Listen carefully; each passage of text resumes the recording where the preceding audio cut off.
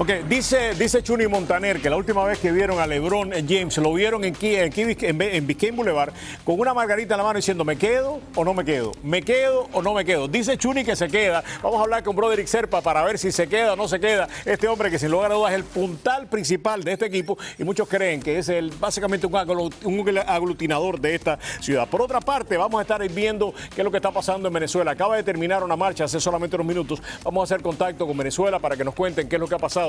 Ya sabemos que hay represión, que hay detenido, hay un niño herido. Vamos a estar hablando de este tema en solamente unos segundos. Y hablando de niños, no se puede hablar de niños sin hablar de la crisis humanitaria que vive en estos momentos Centroamérica y que nos afecta a todos aquí en los Estados Unidos. Vamos a hacer contacto con Honduras y vamos a tener también un abogado de inmigración aquí en nuestros estudios para abordar el tema. Y otro tema que está sacudiendo la opinión pública mundial en esta ocasión es el tema de Irak. Nos va a acompañar Gustavo Godoy. Con él vamos a estar analizando las consecuencias que puede tener para la región y también para Estados Unidos. Todo eso y mucho más aquí en Prohibido Callarse.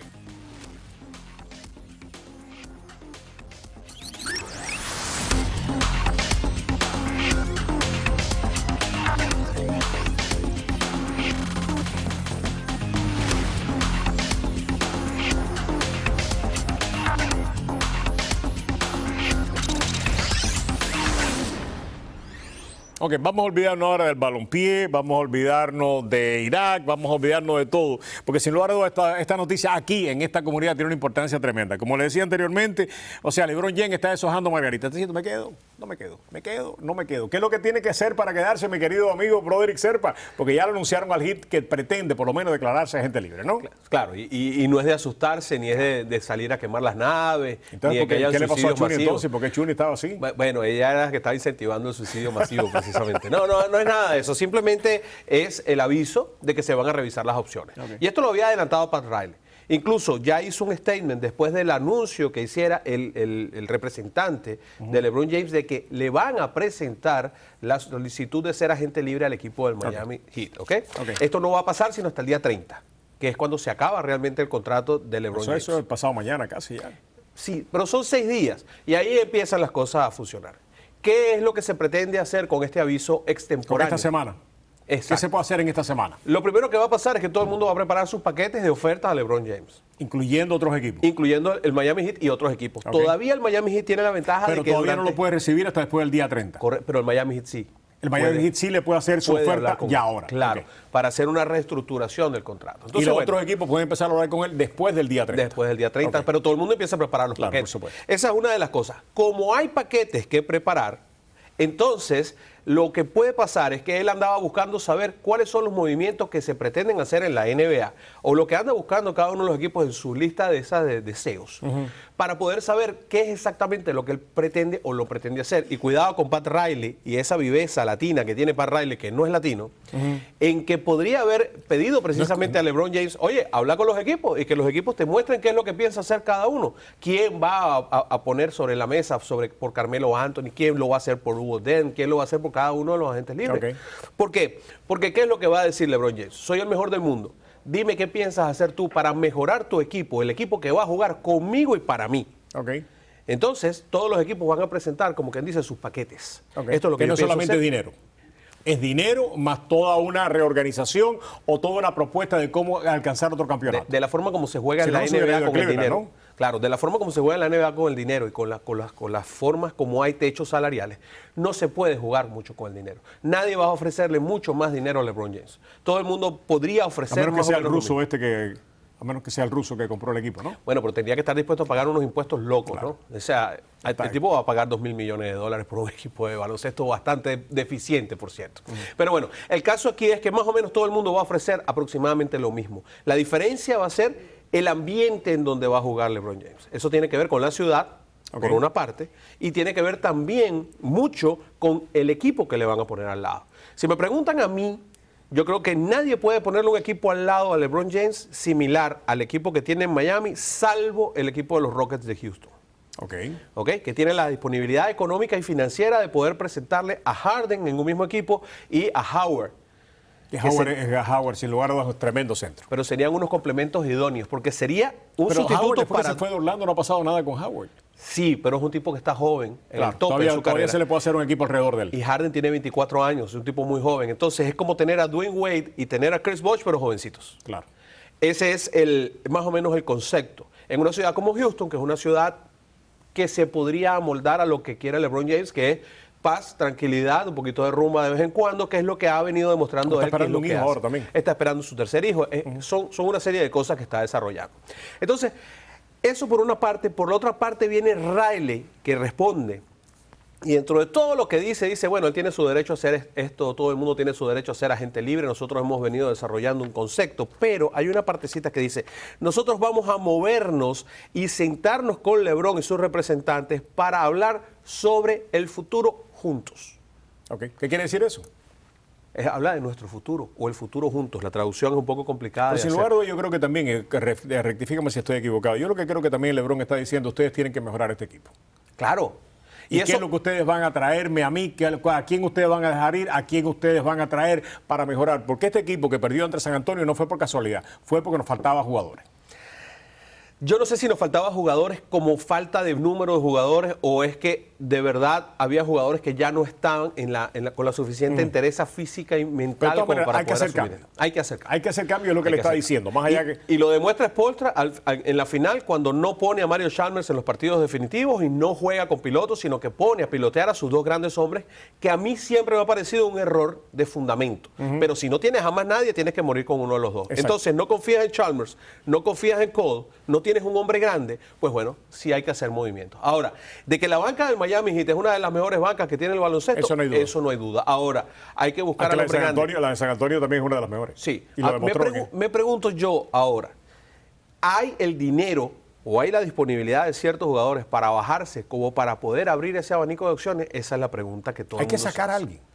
Hay que sacar a alguien. O hay que sacar a Bosh, o hay que sacar a Wade, si vamos a dejar. Yo creo que los tres juntos no caben en este mismo equipo si se va a reorganizar. Y creo que eso es también lo que está diciendo él. Porque estamos hablando de que entre ellos solo son 60 millones de dólares o más, ¿no? Claro, pero la cuestión es, ¿cómo sacas tú a Wade de este equipo? Y volvemos a lo que estábamos hablando la semana pasada.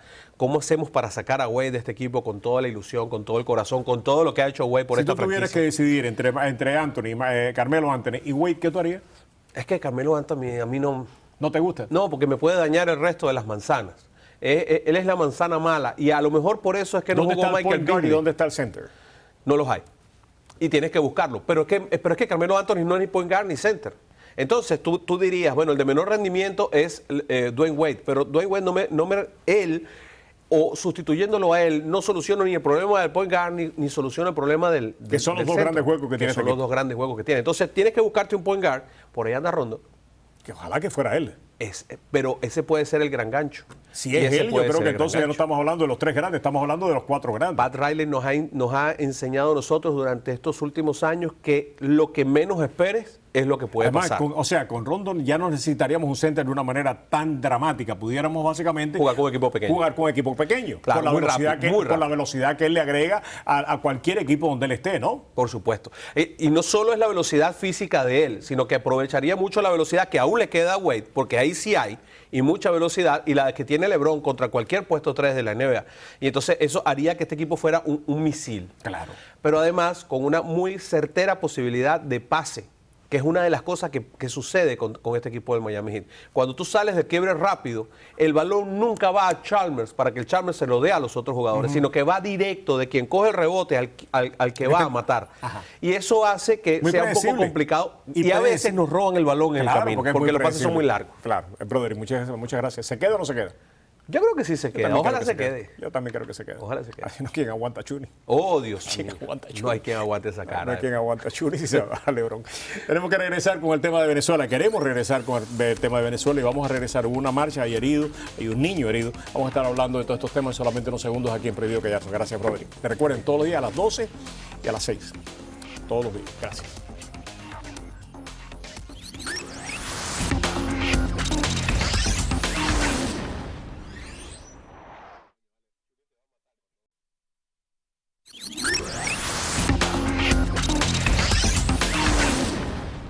Ok, Ok, regresamos, vamos directamente al tema venezolano. Hay una marcha estudiantil, la hemos estado anunciando en los últimos días y ha habido represión, como siempre, lamentable. Tenemos a Ricardo Guanipa, colega, periodista, un placer tenerlo acá en el programa. Ricardo, bienvenido. Gracias, Robertico. Y vamos directamente allá a Venezuela con Yamil Asir. Yamil ha estado en la marcha, acaba de salir de la marcha hace solamente unos minutos. Yamil, lo último que puedas comentarnos, porque ha habido represión y nuevamente ha sido fuerte. ¿Qué ha pasado? Adelante. Sí, efectivamente, muchas gracias por la invitación. Nosotros desde las 10 de la mañana estuvimos concentrándonos tanto en el elevado de los Ruices como en la Plaza Brión de Chacaíto. De allí caminamos desde las 11, 11 y media hasta Altamira, donde nos esperaba una tarima. En la tarima, por supuesto, estuvieron participando personalidades tanto gremiales como sindicatos, como partidos políticos, estudiantes, el Frente de Víctimas. Fue espectacular porque estaban todas las fuerzas vivas del país trabajando en conjunto con un mismo mensaje. Al finalizar la manifestación, que salió bastante bien, acaba de finalizar hace aproximadamente 20 minutos, por supuesto las fuerzas del Estado nuevamente reprimen a los estudiantes, pero ya al finalizar la manifestación ya nos estábamos retirando, estábamos saliendo ya del Plaza Altamira, y en ese momento, bueno, vemos cómo efectivamente nuevamente hay la represión, y ya vemos que esta represión viene de hace 4 meses para acá y cada vez va aumentando. Ya van más de 3.000 detenidos, tenemos 145 personas que están privadas de libertad, están presas, tenemos ya un saldo terrible de 45 caídos venezolanos durante esta oleada de protestas, tenemos más de 180 torturados a los que no se les ha hecho justicia, y de todas formas los estudiantes hoy, 24 de junio, conmemorando la batalla de Carabobo, la batalla por la independencia, nos mantenemos firmes en las calles, luchando por nuestra Venezuela, por nuestra democracia y, por supuesto, para reconciliar a nuestro país. Es por eso que el día de hoy todos los estudiantes vinimos con nuestra camisa vino tinto y le pedimos a todos esos factores, tanto gremiales como sindicales, como de partidos políticos, que también se pusieron su camisa vino tinto, porque es la camisa de todos los venezolanos. También invitamos a los representantes oficialistas, invitamos a los partidos oficialistas para que se unieran en la manifestación del día de hoy para demostrarle a Venezuela que sí hay unidad. Y como vemos que dentro de las filas del mismo oficialismo ya se están viendo fracturas importantes porque no están de acuerdo con lo que se está haciendo con este régimen, y efectivamente vieron que la careta democrática se les quitó por completo, muchos oficialistas ya están saliendo en apoyo, por supuesto, y en contra a lo que está ocurriendo y lo que ha ocurrido en estos últimos 4 meses de protesta. Yamil, te va a pasarla a Ricardo. Adelante, Ricardo. Yamil, fuerte abrazo. Ricardo Guanipa a la distancia. Yamil, una pregunta. Ricardo, ¿Hubo arrestos esta tarde en la protesta de ustedes? ¿La Guardia Nacional y la policía se llevaron detenidos estudiantes el día de hoy?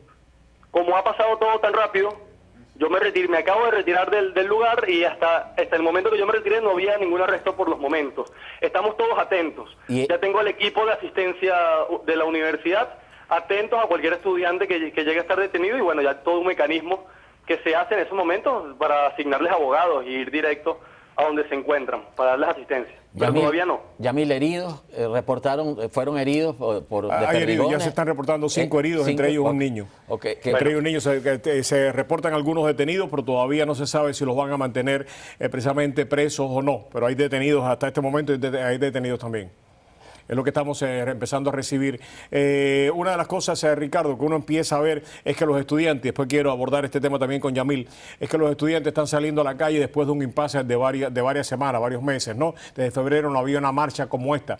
Y se da en un momento extraordinariamente importante. Ayer hablábamos también, precisamente con otros analistas venezolanos, del reto que tiene la oposición en estos momentos. Como decía Yamil, se empieza a fracturar el oficialismo. Sin embargo, también está fracturada la oposición. Y esto no se puede resolver con una oposición dividida. Aquí hay que sumar aún dentro de esa oposición a aquellos que hasta ahora se han estado diciendo cosas no muy agradables, pero uno tiene que ver cómo se sientan en la misma mesa. Mira, los únicos que están llevando un mensaje claro al país, aunque parezca mentira, los únicos que tienen un mensaje coherente con una madurez política es el liderazgo estudiantil.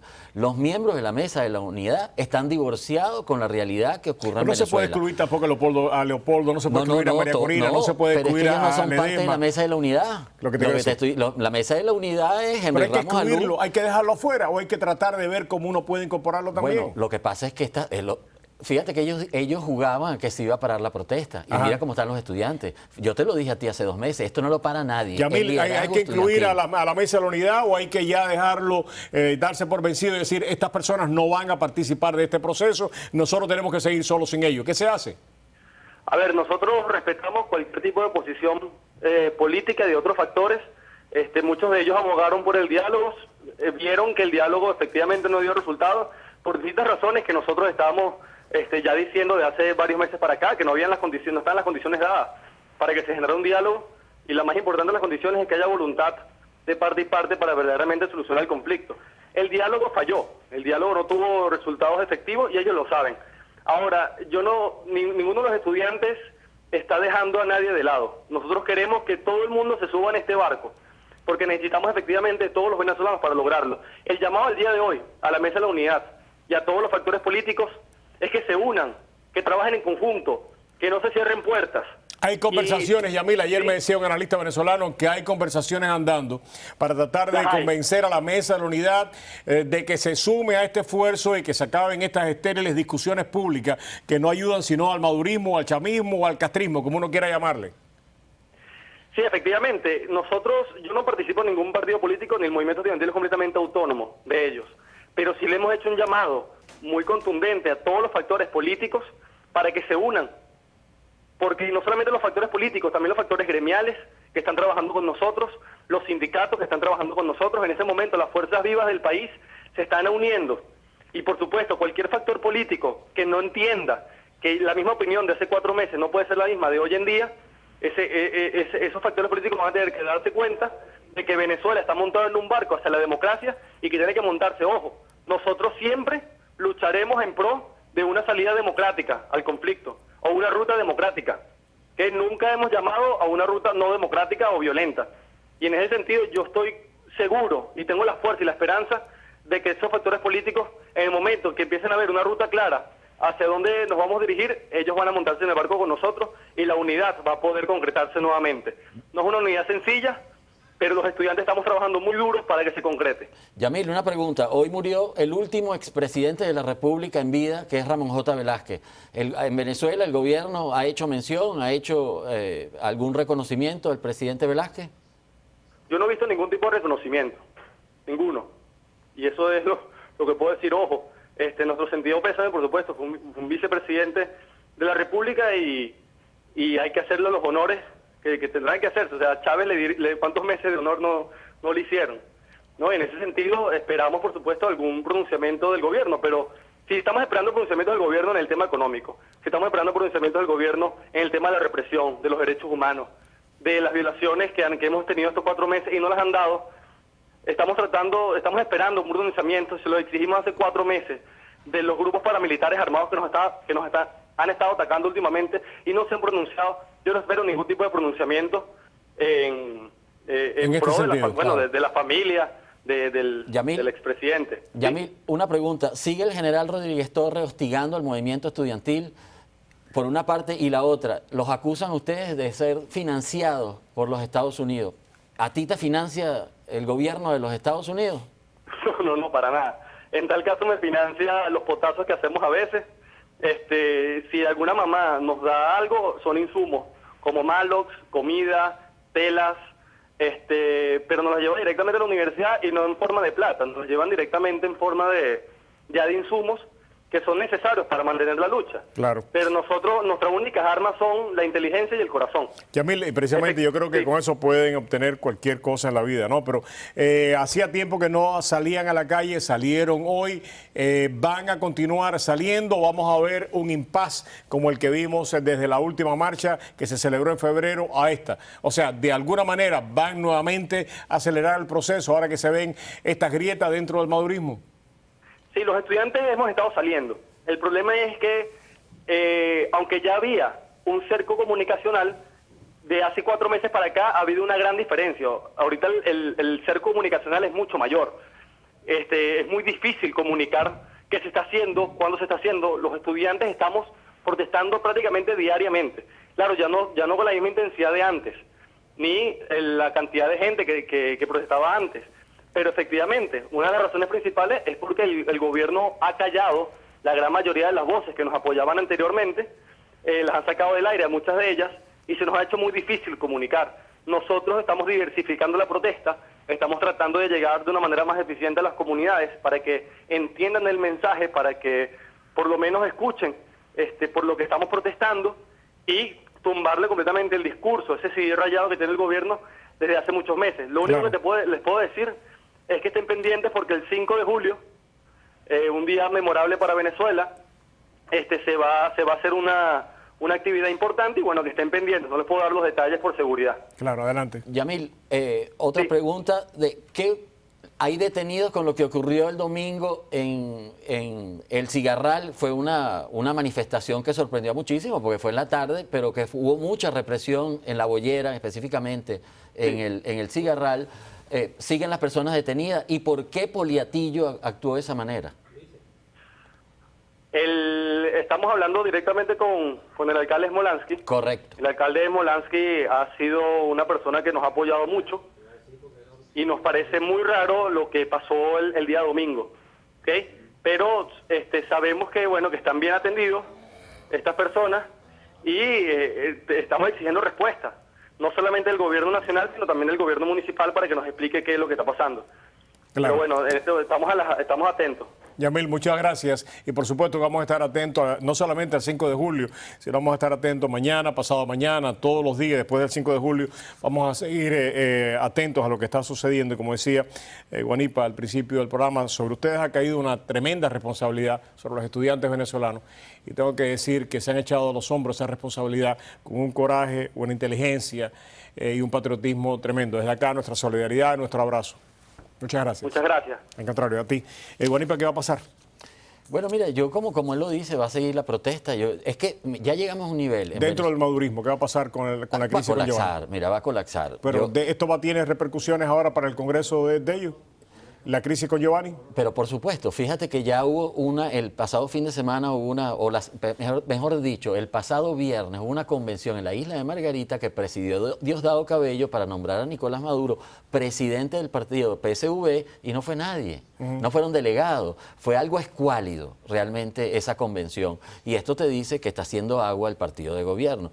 Nicolás Maduro perdió la credibilidad, perdió la confianza, aparte que los males que están ocurriendo en Venezuela se está afectando chavista o no chavista, no hay alimento, no hay medicina, no hay seguridad. Sobre todo lo que no hay no se ve una solución a los grandes problemas que hay. Gracias, Ricardo. Porque llegamos a un nivel de ingobernabilidad. Claro, gracias, Ricardo. Gracias Ricardo Guanipa. Vamos a Policía, vamos a regresar con un tema. Ayer lo abordamos y le decíamos a ustedes que vamos a seguir abordándolo todos los días por la importancia de este tema. Son los niños que están llegando aquí solos, muchos de ellos, a buscar refugio y lamentablemente, es una situación crítica. Ayer hablábamos con una niña que violaron en la frontera y vamos a tener otros casos de un dramatismo tremendo y vamos a hacer contacto con Honduras. No mueva el canal, vamos a hacer contacto con Honduras a ver qué está pasando allá con estos niños cuando regresan, cuál es la posición del gobierno y qué están tratando de hacer para lidiar con esta crisis humanitaria. Regresamos aquí en Prohibido Callarse en solamente unos segundos.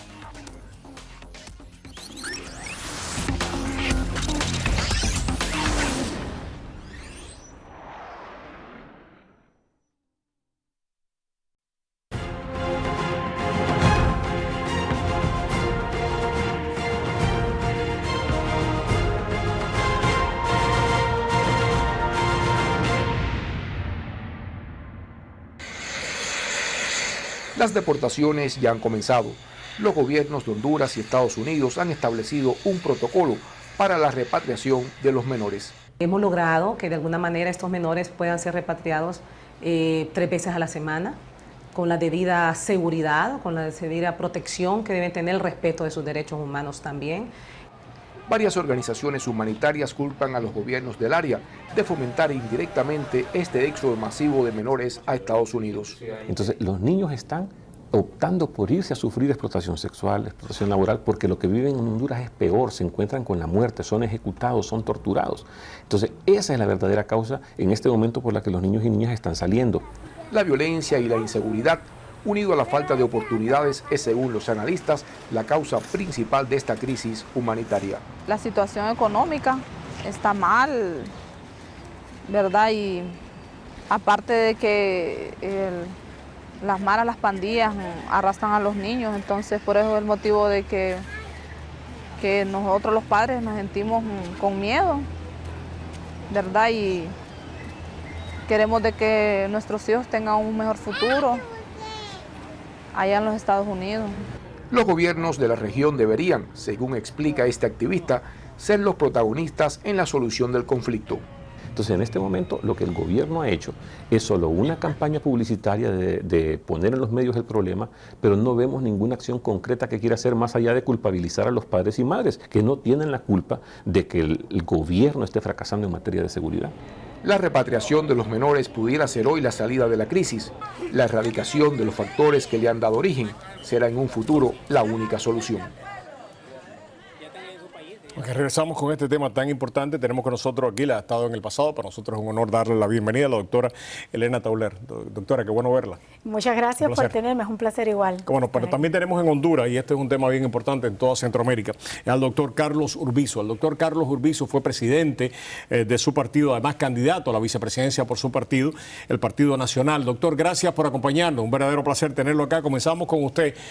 Nuestro compañero Luis Guardia, en este trabajo periodístico, nos decía acerca de las causas, que se están atendiendo los síntomas, pero no las causas, y que las causas son bien graves, no solamente en Honduras, sino también en Honduras, en Guatemala, en El Salvador, y que es la delincuencia, es la droga, es la falta de seguridad, lo que está llevando a miles de niños a abandonar sus hogares de la manera que lo están abandonando para tratar de encontrar refugio aquí en los Estados Unidos. Adelante.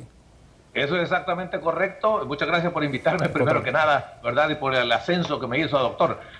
El asunto es de que el tercer mundo, y Honduras es un miembro prominente del tercer mundo, como lo es Guatemala y como lo es El Salvador, ha existido una migración hacia los Estados Unidos durante todos los tiempos y se ha agudizado últimamente, uno, por, como ustedes dicen, la violencia, y muchos padres quieren proteger a sus niños, pero el problema fundamentalmente es la falta de oportunidades de empleo y de buenos ingresos, que a su vez tiene otras causas, que es la falta de la política pública de parte de los gobiernos desde 1821 hasta la fecha, para invertir suficiente en crear las condiciones para que haya inversión, haya empleo y haya buenos sueldos. Doctor, perdone que lo interrumpa, voy a pasar, pero hay muchos norteamericanos, muchas personas ahí que están diciendo, bueno, ¿qué responsabilidad nosotros tenemos de esto? No, nosotros mandamos dinero para allá y se lo terminan robando, y entonces se crean estas crisis, volvemos a tratar de ayudar a los hondureños, a los salvadoreños, a los guatemaltecos, pero el problema no se resuelve, el problema es sistémico, el problema es que estos gobiernos básicamente están en manos de bandas criminales que lo que utilizan a Centroamérica de trampolín para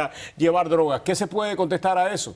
Bueno, es que estamos ahí mezclando dos cosas, ¿verdad? Dice que envían mucho dinero de los países del primer mundo hacia los países del tercer mundo y el dinero se lo roban. Yo quiero decirle a usted que de acuerdo con lo que yo conozco y analizo y estudio, el dinero que viene se utiliza para el propósito que fue enviado ese dinero, ya sea a través de préstamos de los organismos multinacionales o sea ya de otras fundaciones privadas que quieren apoyar a estos países. El dinero que no se utiliza ya sabiamente y que se puede desbaratar es el dinero que pagamos nosotros los contribuyentes, ¿verdad? Entonces, los donantes tienen una responsabilidad de ver de que se crean las condiciones aquí, en estos países, para que esas fugas del dinero que nosotros contribuyemos no existan, ¿verdad? Claro. Sí, los donantes dicen, miren, aquí no va a haber más dinero a menos de que corrijan ustedes las condiciones que conducen hacia ese despilfarro. Ahí se puede entonces hacerse una diferencia. Permíteme pasar a la doctora Elena Tauler. Doctora, gracias. Una de las cosas, uno está viendo estos niños siendo deportados. Usted me decía de que el proceso se está haciendo administrativamente de la misma manera que se le hace a los cubanos que vienen ilegal, o sea, vienen a través de botes y lo capturan en alta mar. Cuénteme exactamente qué es lo que está pasando. Bueno, lo que pasa es que estos niños comenzaron a llegar desde octubre hasta la fecha, y se estima de que va a duplicar ese número que han llegado antes del final del año. Han llegado aproximadamente 50,000 niños. Posiblemente los que están siendo deportados son los que ya se han procesado y se les ha dado algún tipo de audiencia, de entrevista para determinar que, bueno, que sus derechos no están siendo legales, no están siendo violados. Además que hay alguien que lo va a recepcionar, porque tampoco Estados Unidos puede coger un niño sin saber quién lo va a recepcionar en el país donde se va a mandar. Es decir, bueno, pues yo lo voy a mandar y cuando llegue al aeropuerto lo suelto, y ese es el problema de ese país. Tiene que haber un ente recepcionador de ese niño, sea el gobierno, la institución caritativa o la familia, ¿no? ¿no es así? Exactamente, pero peor todavía y la situación que más me preocupa a mí como abogada de migración es que esos niños no están recibiendo, muchos de ellos, representación legal. ¿Qué ocurre? Pudieran tener derecho, por ejemplo, a un asilo, pudieran tener, a lo mejor son víctimas Ayer estuvo una niña aquí que la violaron, eso no es motivo, y estaba narrando cómo la violaron en la frontera. Nos partió el corazón a todos los que estábamos viendo aquí en el estudio. Eso es horrible y eso está ocurriendo todos los días, pero peor de que la niña sea deportada de nuevo para ponerla en manos otra vez de los mismos criminales que causaron ese daño. Y si no se hace una entrevista a esa niña, si no se les da un abogado, porque mira, los criminales en nuestro país, aquí en los Estados Unidos, tienen derecho, aunque no puedan pagar un abogado, a defensa. No se van a presentar en la corte a defenderse, a ser condenado a la cárcel, si no tienen un abogado defensor. Y entonces estos niños también tienen derecho y debían tener un abogado para representarlo ante un juez de inmigración. Mi querido Carlos, ¿qué es lo que debe hacer Estados Unidos en este caso? ¿No? Está deportando y hay protocolos de deportación establecidos. El vicepresidente ha estado en Centroamérica. Las cantidades que ha dado, y tengo esto, básicamente le hacía la pregunta acerca de la percepción de algunos norteamericanos, pero quiero decir que las cantidades que Estados Unidos y algunos de los países del primer mundo donantes están dando a Centroamérica para resolver esta crisis son pírricas. Estamos hablando de 18 millones de dólares, 20 millones de dólares, en un problema que es tremendamente grande y muchos consideran causado por los mismos Estados Unidos, que deportaron a Centroamérica a decenas de miles de jóvenes involucrados aquí en pandillas tremendamente peligrosas, y que cuando estos jóvenes llegaron a Centroamérica se conformaron en familias criminales con contactos aquí en los Estados Unidos, y así es como explota el negocio del narcotráfico en Centroamérica. ¿Me equivoco o no? Bueno, es cierto, y el cuadro es un tanto dramático, ¿verdad? Pero recordemos que los Estados Unidos es por excelencia un país de leyes, ¿verdad? Y ellos tienen ya establecidas unas leyes que han sido relativamente bondadosas y generosas con los emigrantes, pero también tienen que respetarse todos los procedimientos para llegar a eso. Obviamente, al llegar a esta avalancha de niños y estar en las condiciones que está, escandaliza a muchas personas. Pero tenemos que trabajar en las causas de esto. Y en mi opinión, una de las causas es que en el tercer mundo, y Honduras es un miembro del tercer mundo, como lo es Guatemala, El Salvador, Nicaragua y Costa Rica, hay una ausencia de democracia, de manera que los gobiernos no representan verdaderamente los intereses y los anhelos del pueblo hondureño, en este caso a través de todos los tiempos, y por esa razón no se han creado las condiciones para que aquí la gente se quiera quedar en nuestros países. Obviamente, al no existir esas condiciones, emigran hacia los Estados Unidos, que es donde ven ellos las oportunidades de empleo y de un mejor salario que les permite poder atender las necesidades de sus familias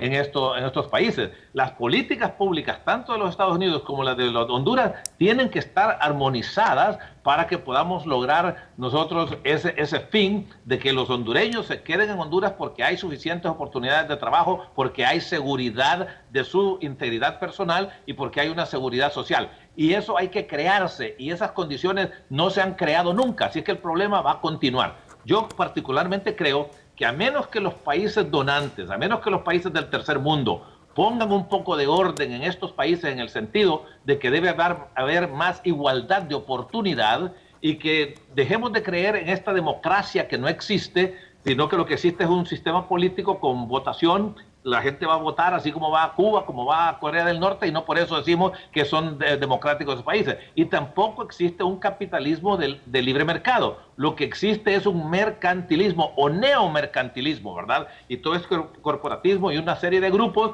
todos buscando cómo beneficiarse, y quien pierde pues es la gran mayoría del pueblo hondureño. No puedo estar más de acuerdo con usted. Realmente yo creo que ha resumido no solamente la crisis de estos niños, sino la crisis de Centroamérica y de muchas otras partes del mundo de una manera extraordinariamente entendible para todos. Esto es un problema, por eso le decía anteriormente que este es un problema sistémico, y que lo que pasa es que nos disfrazamos de demócratas cuando vivimos en sistemas que no tienen nada de demócratas, que lo que sirven es para una oligarquía mantenerse en el poder, explotar a los pueblos, vivir a costa de ellos y con unos niveles de corrupción y de amiguismo y de clientelismo que no tienen nada que ver ni con el capitalismo ni con la democracia. Desde acá nuestro abrazo y nuestro agradecimiento. Ahora, quiero decirle que mientras nos estén aplaudiendo que tenemos democracia y que tenemos capitalismo, no pasa nada, y un poquito de Venezuela, no se va a resolver. No pasa nada. Carlos, gracias, muy amable. Era Carlos Urbizo, directamente desde Honduras, ex vicepresidente, ex vicecandidato a la vicepresidencia y también expresidente del Partido Nacional. Mi querida doctora, ¿qué va a pasar entonces ahora con estos niños, con todos estos casos? ¿Qué pasa?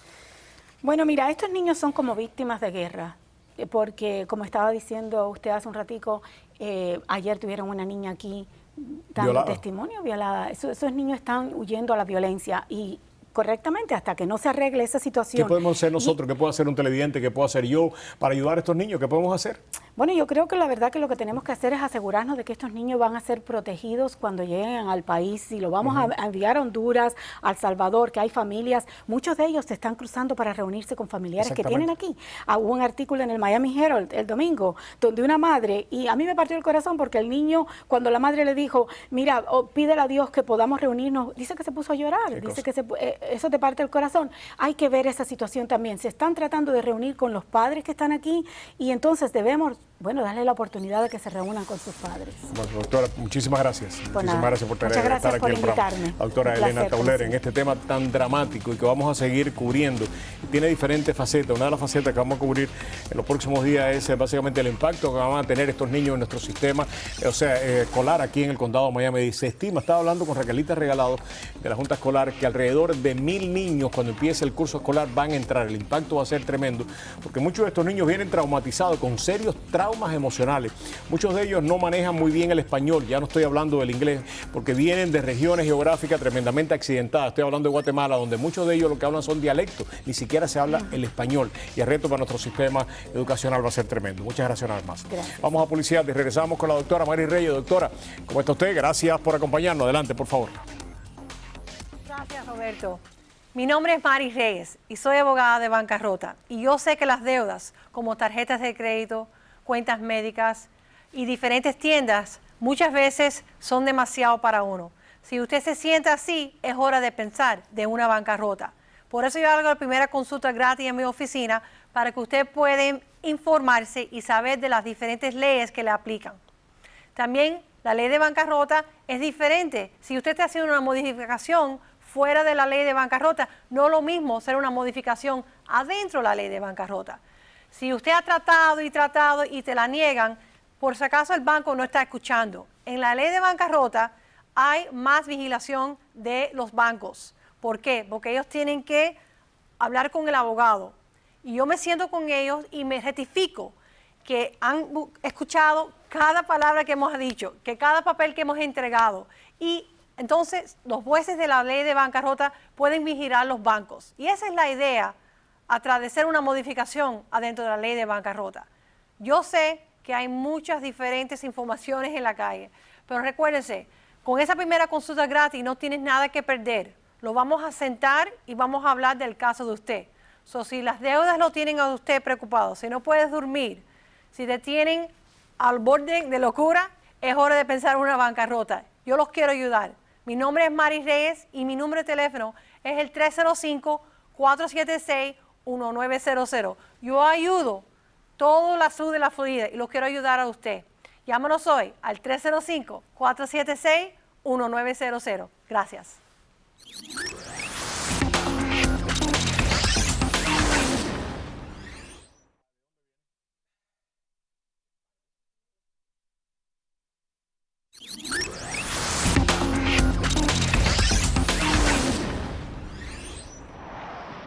El secretario de Estado norteamericano que llegó en visita no planeada a Bagdad reconoció que los yihadistas plantean una amenaza existencial a Irak, al tiempo que aseguró el respaldo de Washington a las fuerzas de seguridad iraquíes. The support will be intense, sustained. El apoyo será intenso y sostenido, y si los líderes de Irak toman las medidas necesarias para poner en rumbo al país, será eficaz, lo que permitirá a las fuerzas de seguridad iraquíes enfrentar a los insurgentes con mayor eficacia y de una manera que se respete la soberanía de Irak y al mismo tiempo respetando a Estados Unidos y los intereses vitales de la región. Expresaba John Kerry al término de su escala en la que se entrevistó con el primer ministro Nouri al-Maliki y otros líderes políticos, mientras insistió en la necesidad de que estos superen sus diferencias y formen un gobierno en el que todos se sientan representados en un momento crítico para la estabilidad del país ante el avance de los insurgentes que ya controlan un tercio del territorio. Right now is a moment where the fate of Iraq. Sus palabras se hacen eco de las pronunciadas el pasado jueves por el presidente Barack Obama cuando anunció el envío de 300 asesores militares en respuesta a la petición de asistencia de al-Maliki. Obama condicionó la ejecución de ataques aéreos contra posiciones rebeldes que desea el primer ministro iraquí a que el gobierno que tiene que formarse en las próximas semanas sea más incluyente que el anterior. Desde el pasado 9 de junio, una amalgama de grupos suníes, liderados por el Estado Islámico en Irak y el Levante, han conquistado la mayor parte de la provincia de Nínive, incluida su capital y segunda ciudad iraquí, Mosul, así como ciudades y comarcas de Saladino, Diyala y Kirkuk. Ok, regresamos acá pues a Prohibido Callarse. Gustavo Godoy está con nosotros, tal y como lo habíamos dicho, ¿no? Gustavo es uno de esos periodistas que uno lo puede básicamente llevar a cualquier tema y da pie en todos los temas. Mi querido amigo, Trato. ¿Qué es lo que está pasando ahí? ¿Debemos de meternos o no debemos de meternos en este lío? Bueno, en primer lugar, si vas por las encuestas, 74% de los encuestados norteamericanos exigen no entrar y mandar más tropas a Irak. Ajá. Eso es número uno. Eso es un factor político y es un factor realista también, ¿no? Por otra parte, lo de Irak es una cuestión, por ejemplo, yo creo que Kerry hizo énfasis en una unificación más entre los chiíes y los kurdos. No te olvides que kurdos está fronterizo con Turquía.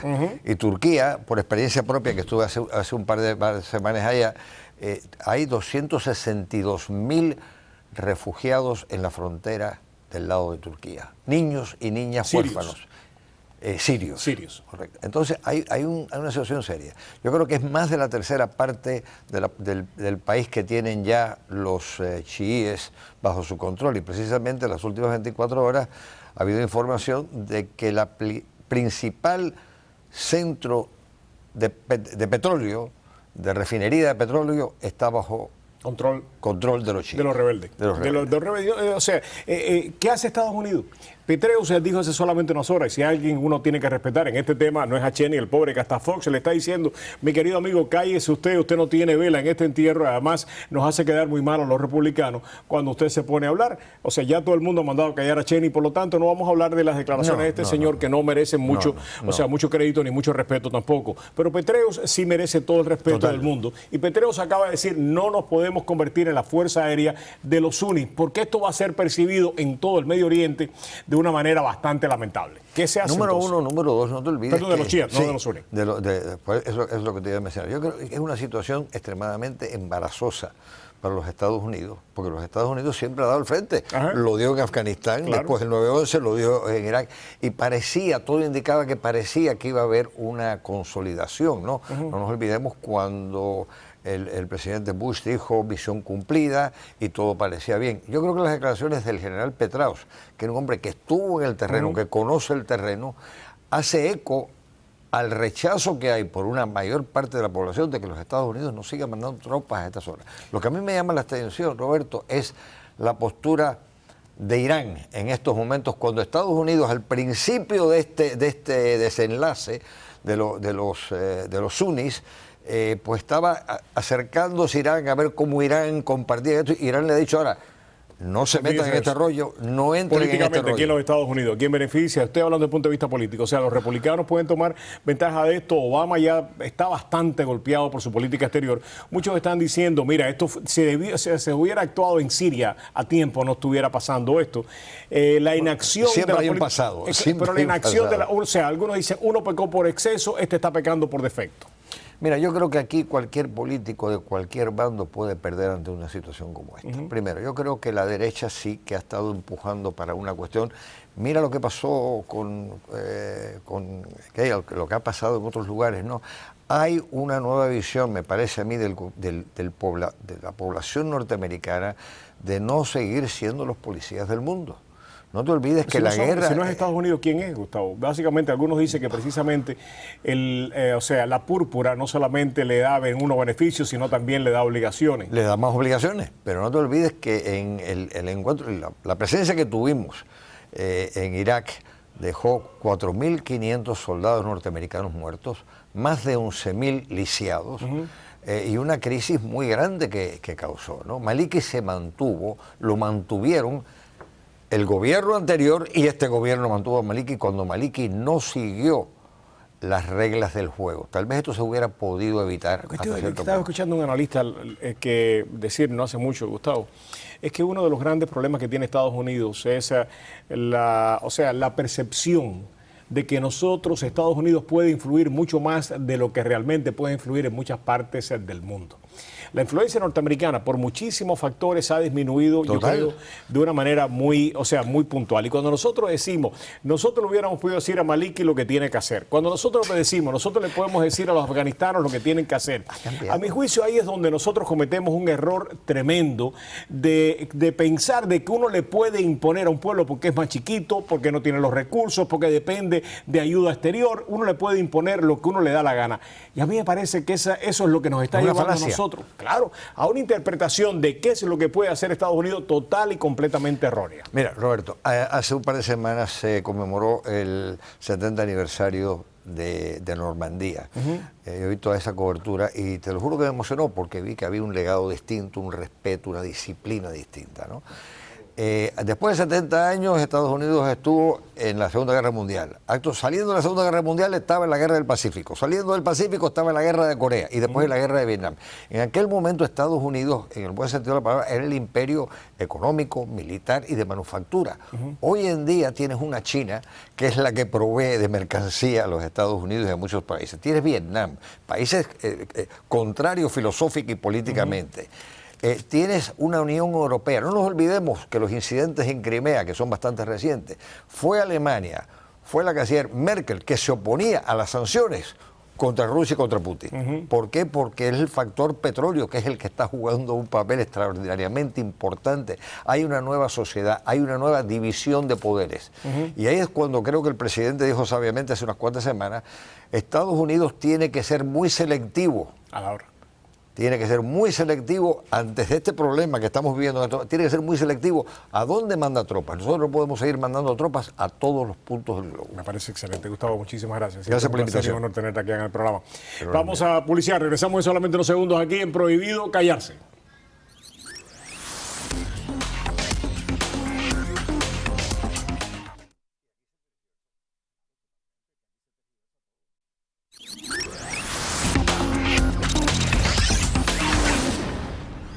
Ok, así llegamos al final del programa. Mañana regresamos a la misma hora, ya en solamente unos segundos con ustedes. María Elvira, que está lista para trabajar. Nosotros regresamos mañana a las 7 en punto aquí en Prohibido Callarse. Tengan todos ustedes muy buenas noches, que Dios nos acompañe a todos. María Julia, nos fuimos. Gracias.